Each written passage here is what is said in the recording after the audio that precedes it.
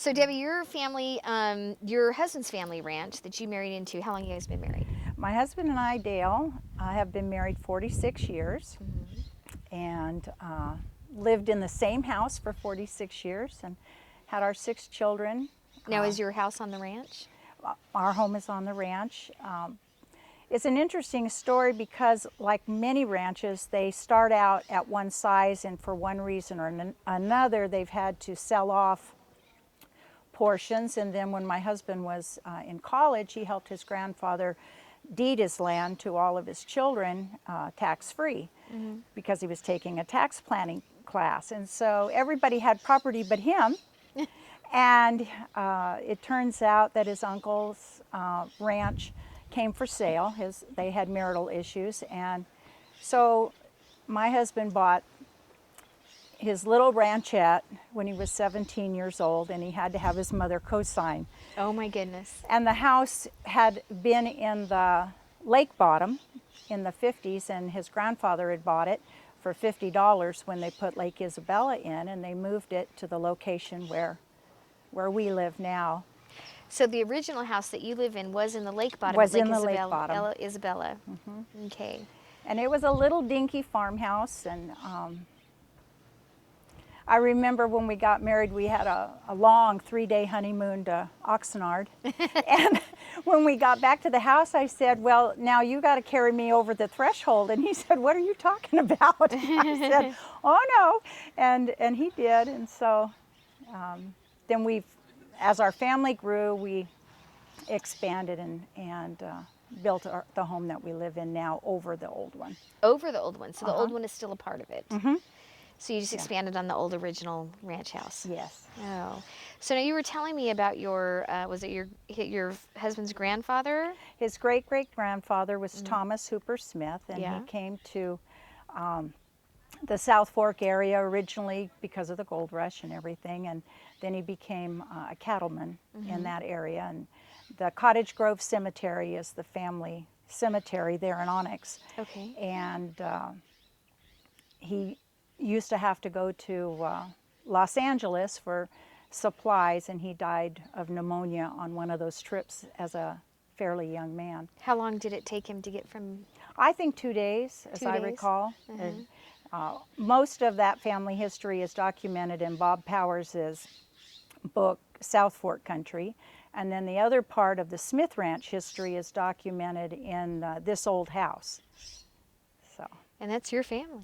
Well, it's my family by marriage. That's okay. It's It's your my family by marriage. And It's your family. some of the funny things are that our 2 sons are in business with us now, and when they were little boys, I didn't know this, but they said, gee, when we grow up, let's live right next door to each other and raise our families right here. And They that's do. exactly what they're doing.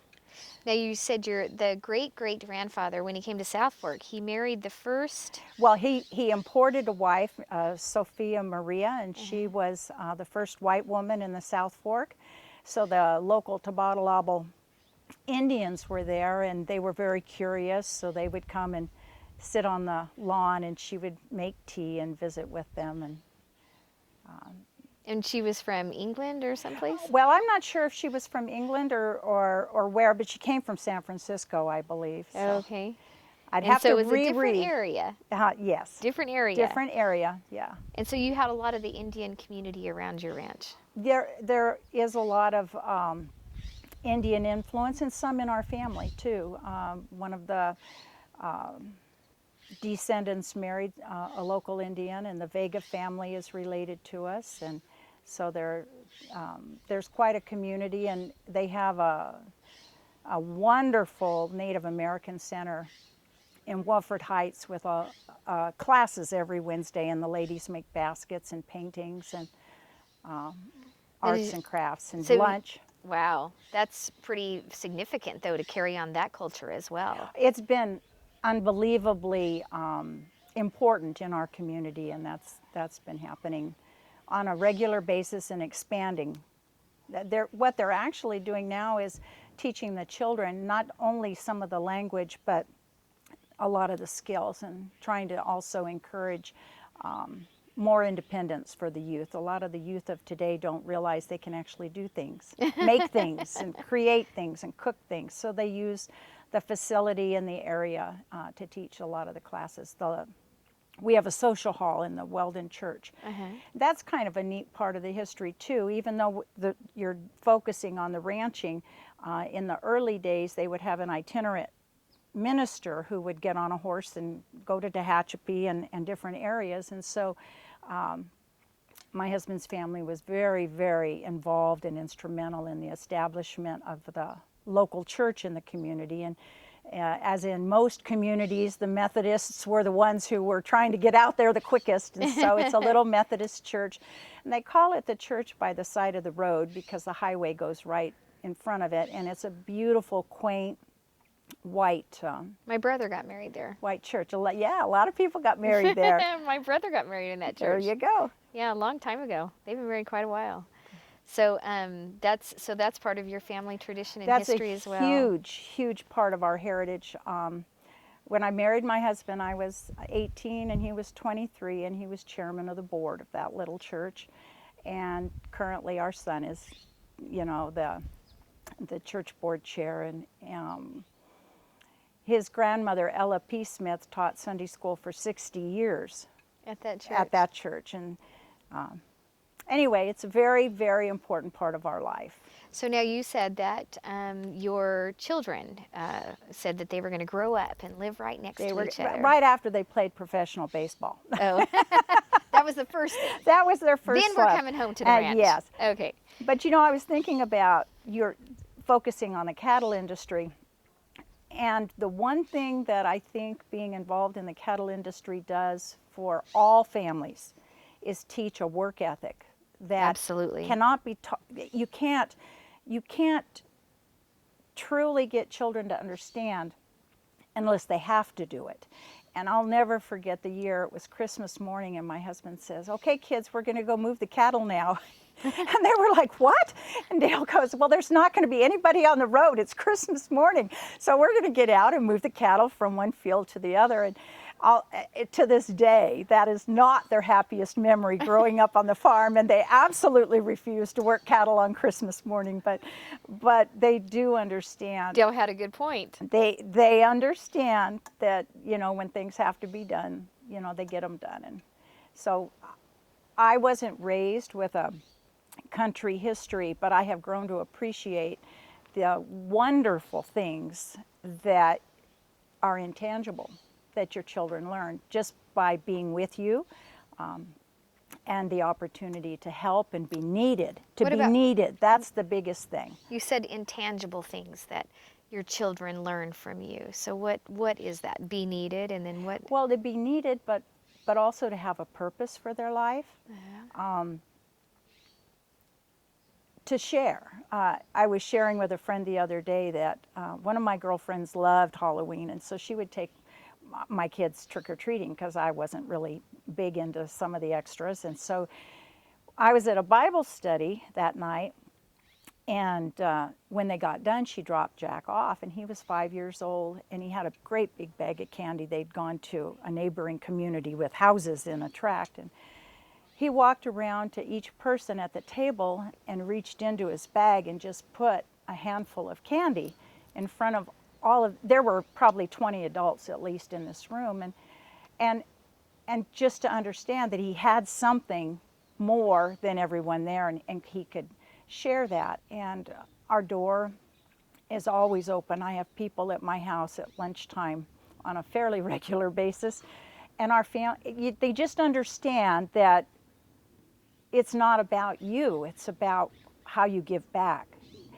The other day, a man was at our house, and a lady was with him, and she said, "Oh, I need somebody to buy an ad for the Women's Club magazine. Do you want to?" And her friend said, "Oh, no, she doesn't need that," or whatever. And I said, "No, I always contribute to everybody." I said, it's a community, and you give back to your community every way you can. Right. So that's kind of a part of when you're involved in country life.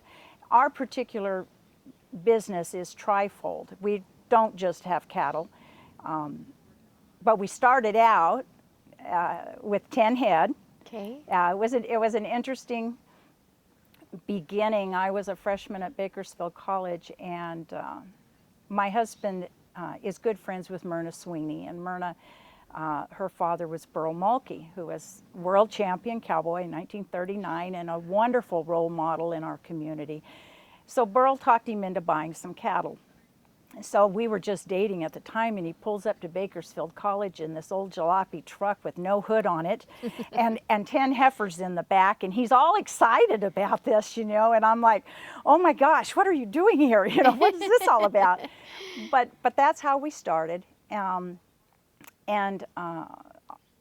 we have a cow-calf operation. You were asking about that, and one of the points we were talking about when I went over ideas with my husband of things to share, most people that are still in ranching are vertically or horizontally integrated. You have to learn how to do everything. And that was one of the first things when I married into that lifestyle, not having any background. I went visiting all the neighbors with his grandmother, and she said, oh my gosh, this gal at church didn't know a heifer from a steer. Can you believe that, Debbie? And I was sitting there, I had no idea what the difference between a heifer and a steer was either, but I wasn't telling anybody, I had figured it out, but, I later. But you, when you were talking about the intangibles, the other thing is uncertainty. Life is full of uncertainty. And it's also full of unfairness. It's not fair that some people get sick and die young. It's not fair that some people get a lot of attention, when it's your birthday or whatever. There's some people that just have been catered to, but when you're in a lifestyle that depends on more than what you're about, it's about the group or survival, you just learn, you learn that there's more to, that the giving back is the most important thing.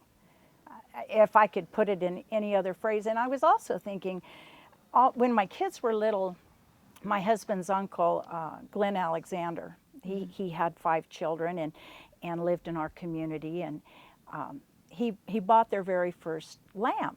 And I came home and I said, I can't believe your uncle bought Sandy's lamb at the fair. And my husband explained to me, he said, honey, somebody bought my lamb when I had a lamb and I was in 4-H. And he said, somebody bought it. He said, where do you think I got the $10,000 to put down on my ranch?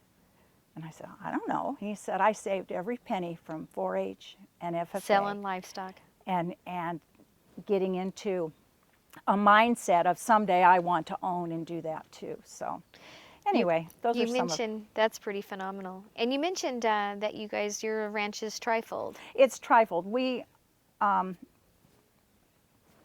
this is almost a hysterical story. I used to say that we were farmers first because my husband wears a ball cap most of the time. And our herd was fairly small, and we considered it our insurance policy when we started out because they were paid for, and we just always kept investing and having it grow. But we also have farmland, and we farm alfalfa hay or currently a 3-grain product. And then we also have commercial potatoes we grow for Lair Brothers in Bakersfield. So we make our living in a variety of ways because you can't depend how the markets are going to be in any one area. And Wait, let's go back some to years are kind of tough in certain, the cattle business can be really tough. The drought can significantly impact you. So we try to balance it out. So there's risk, you're saying. Oh, a lot of risk. But that's what was appealing to me. You're a risk taker. I guess. I came from a family that was hand to mouth. Mm-hmm. My father was in the military, and we had very, very meager means. Mm-hmm. And so when I met my husband and he had all these plans and stories about what he was going to do, and I just thought, gee, this is exciting. And it was like, no 2 years are the same. So we would get an idea, and we'd say, well, maybe we could try that, or we could, we had an apple orchard for a while that was on the ranch, and Were so you we, picking apples? huh? Did you pick apples? Oh, I picked apples. I sold apples and I picked apples till we had 4 children, and then I said, it's time to take the orchard out. I can't do this anymore. But anyway, so yeah, we've been very diversified. We've tried a lot of different things. But I was going to tell you a funny story. I started about the hat. So our youngest, our 5th child, Tom, his wife, Christy, had gone to the local art fair in Kernville, and people take pictures of cowboys, and take pictures of cattle drives and things, and then they blow them up and sell them, and people use it for wall art. So she had seen this picture of a cattle drive, and she picked it up, and this gentleman had a little Chinese wife, and the wife goes, $10, $10, and she's just looking at the picture, and it's got a cowboy over here and cattle and going down the highway, and so she puts it down, and the husband says, well, I don't blame you for not buying that picture. He says, it's not really a cowboy. If you'll notice, he doesn't even have a cowboy hat on. And so she picks up the picture again, and she's looking at it, and the wife goes, $5, $5. And so she says, okay, I'll give you $5. And so she gives him $5, and she says, by the way, that is a real cowboy. That's my father-in-law. So we've got our $5 picture in the office. Oh, how funny. How And I funny. just thought that, so don't cut that out. But anyway, it's just a funny story about the, so it doesn't matter what kind of hat you wear. That's Doesn't what I'm matter. trying to say. Yeah. If you're really doing a job, you're not worried about your image. You're worried connected to about- the land. You're connected. And I see it evident in you. The Holy Spirit's just all over you. Oh, I just, thank you. I do. I totally see it evident Thank in you, you. and evident in all the women that I've interviewed today and talked to. But there is a true connection to faith, to God, to this gift that He's given all of you, that you've worked hard for. I mean, it's His land, and you're just entrusted to care for it. That's how I feel. So back to the connection to the land. Do you worry about, we talked about the history a little bit of many of these ranches, and right now this ranch is you and Dale, right? And the kids. Do you worry about it going forward, or what's your big concern about the next 100 years? Because how old is your ranch now? 100 years, right? Yeah, actually, we received the 125-year award at the California State Fair this last year. and Okay, it's- 125 years. What are you worried about the next 100 years? That's a good question. We're extremely progressive. So progressive that we're currently putting in a solar project out across from my front door. We purchased the home that went for sale out there. It had a 7-acre piece, and we're putting in a solar project to defray some of our electricity costs, on the farming operation.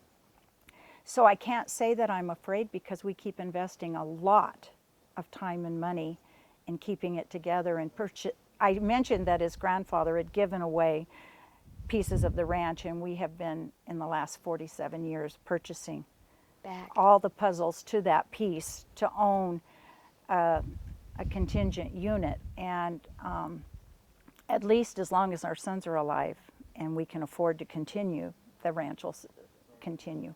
The challenges are, certainly we can talk about government regulations, and that's strangling. But worse than that, there's so many people that have come to the community, and they live around, and privacy and respect for private property is tough to find. Integrity. Theft is rampant, and we can't leave pieces of equipment some places, because we come back and things are taken out of the tractors, or keys are lost. Hay gets stolen out of the stack yard. You try to keep your stacks where people can't easily get to. But that being said, we also have a lot of people that appreciate driving by a green, beautiful, manicured field, appreciate a fine quality, appreciate the sound of balers in the night. what I really love is we have three Baylor men right now, our two sons and an employee, and then my husband hauls behind them. So it's like the cycle of production, if you will. Productivity. And then we have radios. I mean, we're living in the 21st century, so I hear them on the radio. I can't repeat the stories of what they talk about or what they say, but the camaraderie that outdoor living affords. And I'm sure you heard, Yeah. stories of the country people. It's pretty phenomenal. It is. Is there anything that I didn't ask you or you didn't share that you'd like to share? I do and I don't want to tell this story, but I'll tell it and edit it in a way that it's that it doesn't make me look like a negligent mother. Okay. In thinking about how ranch life really has impacted me, and not just the ranch, but cattle in specific. When I was first married, one of the things that was important to Dale was to teach me as much about country ways as he could. So I would help birth litters of pigs. I would help Pull cow. everything. Calves if you need to. Yeah, I've done all of it. Learn how to trap gophers and the whole thing. And so when a calf is born, if the afterbirth is over their head, if they're encased in it, you clean it out, and then you swing the calf around by its hind legs to force all the fluids to come out. And when I had 5 children, my husband had injured his knee, and he needed my assistance to get to the car. And I had a 7-month-old baby crawling on the floor and a 3-year-old in the bathtub at the time, and I don't know what the other kids were doing, but I helped him get to the car. And when I got back to the house, I mean, it wasn't that far. It couldn't have been that long, but it was long enough for my 3-year-old to pull the 7-month into the bathtub and drowning. And I was home without a car. My baby was blue and his eyes were rolled back in his head, and there was nobody but me. And I remember telling the 4 kids, get up on the sofa and start praying. And I grabbed Tom's little legs and I swung him around. Like you do the calves. Like I did the calves, like I'd seen my husband do. And all this water gushed out and his little eyes just fluttered. And I just thank God that I'd had that experience, because I don't know what I would have done. A 7-month-old, but anyway, and of course then you worry, but he's plenty smart. He's plenty good. It all worked. Praise God. He did just great. That is not. But that's a story that definitely impacted my life, and I couldn't talk about it for 20 years. Oh. But I think ranch people are so resourceful because they see things that have to be done and they do them. And they do it. And they do it. And so that's what happened that particular day. So Thank you for sharing that. I didn't plan to. That's okay. All right. Okay, so they'll edit